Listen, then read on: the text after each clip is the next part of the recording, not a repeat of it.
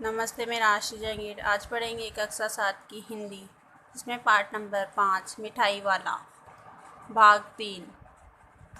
देखिए गद्यांश नंबर 15। मिठाई वाला हर संशय और विस्मय आदि भावों में डूबकर, संशय का अर्थ है संदेह, विस्मय आदि का अर्थ है आश्चर्य, भाव में डूबकर बोला, इससे पहले मुरली लेकर आया था और उससे भी पहले खिलौने लेकर। रोहिणी का अनुमान ठीक निकला। अब तो वह उससे और भी कुछ बातें पूछने के लिए अस्थिर हो उठी। वह बोली, इन व्यवसायों में भला तुम्हें क्या मिलता होगा? वह बोला, मिलता भला क्या है, यही खाने भर को मिल जाता है, कभी नहीं भी मिलता है, पर हाँ संतोष, धीरज और कभी कभी असीम सुख जरूर मिलता है, और यही मैं चाहता भी हूँ।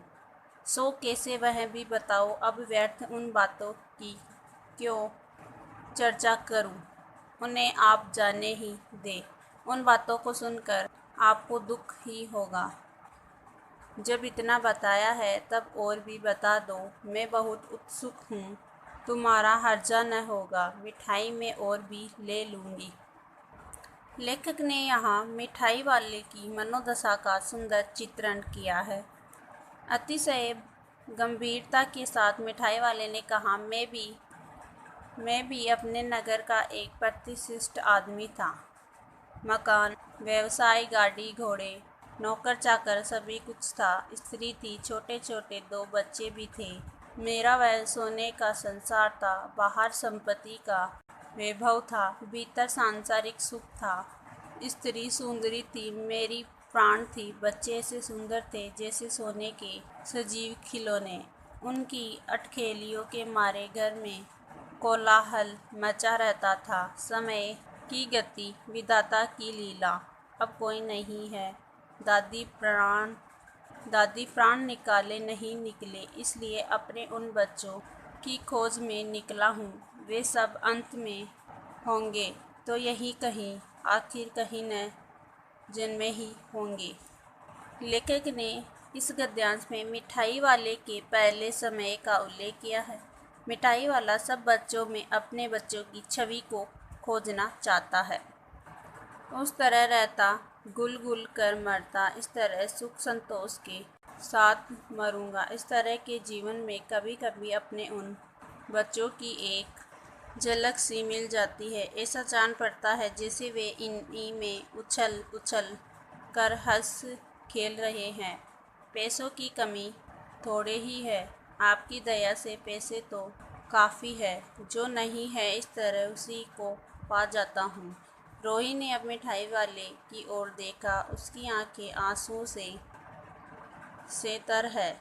इसी समय चुन्नू मुन्नू आ गए। रोहिणी से लिपट कर उसका आंचल पकड़कर बोले, अम्मा मिठाई मुझसे लो। यह कहकर तत्काल कागज की 2 पुड़ियाँ मिठाइयों से भरी मिठाई वाले ने चुन्नू मुन्नू को दे दी। रोहिणी ने भीतर से पैसे फेंक दिए। मिठाई वाले ने पेटी उठाई और कहा, अब इस बार ये पैसे न लूँगा। दादी बोली, अरे अरे न, अपने पैसे लिए जा भाई। तब तक आगे फिर सुनाई पड़ा उसी प्रकार मादक मृदुल स्वर में बच्चों को बहलाने वाला मिठाई वाला। इस पाठ में खिलौने बेचने वाले, मुरली बेचने वाले और मिठाई बेचने वाले की मनोदशा का वर्णन किया गया है। यह पाठ यहीं समाप्त होता है।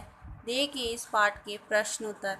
पहला प्रश्न, मिठाई वाला अलग अलग चीज़ें क्यों बेचता था और वह महीनों बाद क्यों आता था? उत्तर है, मिठाई वाला कोई पेशेवर फेरी वाला नहीं था। वह तो मन के संतोष के लिए वस्तुएं बेचता था। बच्चों को प्रसन्न करने के लिए वह अलग अलग चीज़ें बेचा करता था। इस काम से उससे बच्चों का साथ मिलता था। उनसे बातें करने और उन्हें कुछ देखने में उसे बड़ा सुख मिलता था।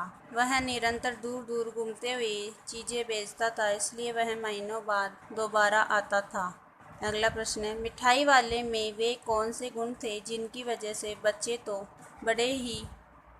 बड़े भी उसकी ओर खींचे चले आते थे? उत्तर है मिठाई वाला फेरी लगाते समय बड़े मधुर स्वर और लय में आवाज़ लगाता था। वह बच्चों से बड़े प्यार से बातें करता था। वह सामान बड़े सस्ते भाव में बेचता था। यही कारण था कि बच्चे और बड़े सभी उसकी ओर खींचे चले आते थे। अगला प्रश्न है विजय बाबू एक ग्राहक थे और मुरली वाला एक विक्रेता। दोनों अपने अपने पक्ष के समर्थन में क्या तर्क पेश करते हैं। उत्तर देखिए विक्रेता और ग्राहक के बीच मोल भाव होना एक स्वाभाविक क्रिया है। विजय बाबू ने मुरली वाले से भाव पूछा। उसने सीधा उत्तर न देकर कहा कि वैसे तो वह 3-3 पैसे में बेच रहा है, लेकिन उनको 2 पैसे में दे देगा। विजय बाबू ने इसे विक्रेताओं की चतुराई की आदत मानकर उससे कहा कि विक्रेताओं को झूठ बोलने की आदत होती है। ग्राहक पर एहसान जताने के लिए भाव कम करने का नाटक करते हैं। इससे मुरली वाले को धक्का सा लगा। उसने कहा कि ग्राहकों को यही लगता है कि दुकानदार उन्हें लूट रहा है। इस प्रकार तर्क वितर्क के साथ 2-2 पैसे में दोनों पक्ष राजी हो गए। अगला प्रश्न है खिलौने वाले के आने पर बच्चों की क्या प्रतिक्रिया होती थी।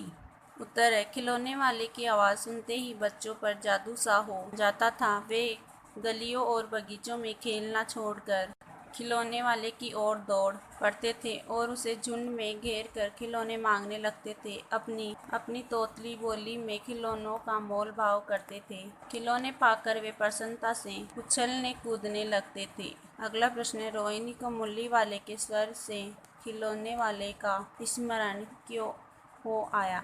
उत्तर देखिए खिलौने वाला महीनों तक गायब रहा। फिर एक दिन मुरली वाले ने आकर आवाज़ लगाई। बच्चों को बहलाने वाला मुरलिया वाला। मुरली वाले का स्वर सुनते ही रोहिणी को खिलौने वाले की याद आ गई। वह भी इसी तरह मधुर आवाज़ में खिलौने बेचा करता था। दोनों का स्वर और लहजा एक जैसा था। अगला प्रश्न है किसकी बात सुनकर मिठाई वाला भावुक हो गया था। उसने इन व्यवसायों को अपनाने का क्या कारण बताया। उत्तर है रोहिणी की बात सुनकर मिठाई वाला भावुक हो गया। उसने बताया कि वह पहले खिलौने और मुरली लेकर आ चुका था। उसने रोहिणी के पूछने पर बताया कि इन व्यवसायों में उसे नाम मात्र का लाभ होता है। केवल बच्चों के साथ मन बहलाने को वह वस्तुएं बेचता फिरता है। अगला प्रश्न है अब इस बार ये पैसे न लूँगा। कहानी के अंत में मिठाई वाले ने ऐसा क्यों कहा। उत्तर है रोहिणी ने ही पहली बार उससे सहानुभूति जताई थी और उसकी दुखद कहानी सुनी थी। अतः उसके बच्चों के प्रति खिलौने वाले के मन में प्यार उमड़ उठा, इसलिए उसने मिठाई के पैसे नहीं लिए।